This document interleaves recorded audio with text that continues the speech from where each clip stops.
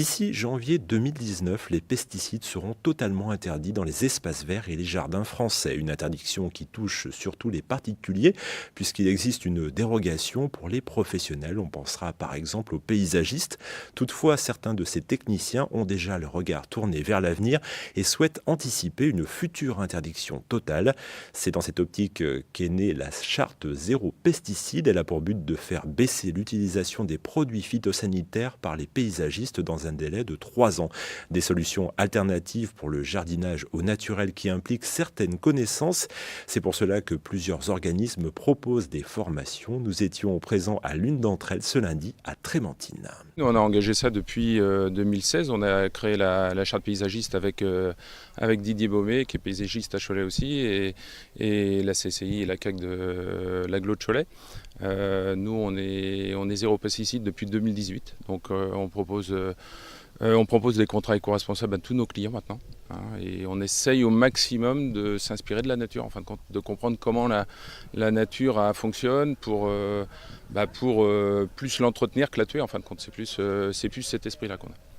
Le client, il est sensible à tout cela, à cette question de l'environnement, de la santé en général? Oui, le client est très sensible. Nous, on fait beaucoup d'entreprises et on se rend compte qu'il y a beaucoup d'entreprises en fin de compte qui ont des obligations de développement durable. Et quand on leur propose des actions sur de l'aménagement d'espaces verts, sur de l'entretien d'espaces verts aussi, on se rend compte que de plus en plus les gens sont preneurs des infos et vont vers ça en fin de compte. Ouais. Ça implique de nouvelles contraintes à faire comprendre aussi peut-être aux clients que ce ne sera pas peut-être aussi bien désherbé qu'avant avec rien qui dépasse. Oui, tout à fait. Il y a une prise de conscience qui est importante du client. Il y a des habitudes à changer parce que c'est vrai que de désherber au chimique quand c'est propre au bout de 15 jours et puis que là, forcément, on entretient avec du mécanique. Il y a déjà plus de passages à faire dessus. Il y a plus d'interventions de prévues avec un degré de finition qui va être forcément moins propre. Mais bon, maintenant, les gens sont plus là ils sont plus dans l'acceptation d'avoir des plantes indésirables sur leurs espaces verts surtout. Cette transition vers le zéro phyto qui s'amorce, comment vous la voyez, vous qui avez cette expérience-là en tout cas? Moi, pour moi, on avait appris, nous, dans notre jeunesse, à mettre des désherbants à tour de bras. C'était à l'école, on nous obligeait à mettre des désherbants, on disait qu'il fallait faire comme ça. Et moi, j'ai une conviction écologique et donc ça m'embêtait de continuer dans ce sens avec les nouvelles réglementations draconiennes qu'on nous impose. J'ai dit, on va dans quelque chose de trop compliqué, quoi.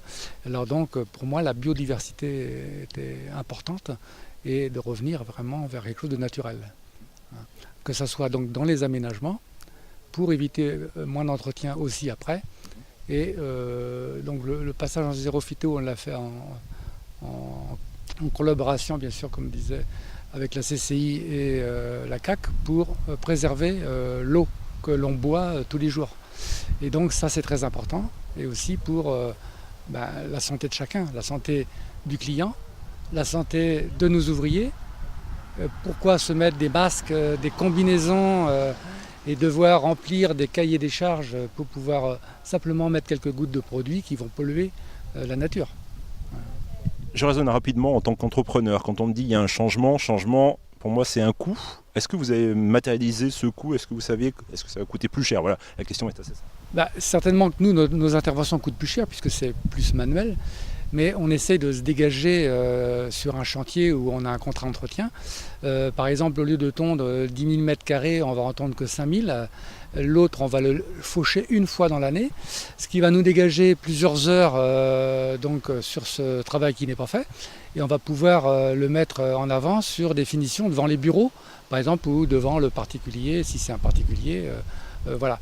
Disons qu'il faut essayer de dégager du temps qu'on avait pour faire un ensemble, enlever quelque chose qui n'était moins important pour faire quelque chose de plus précis dans ce qui se voit, en fait.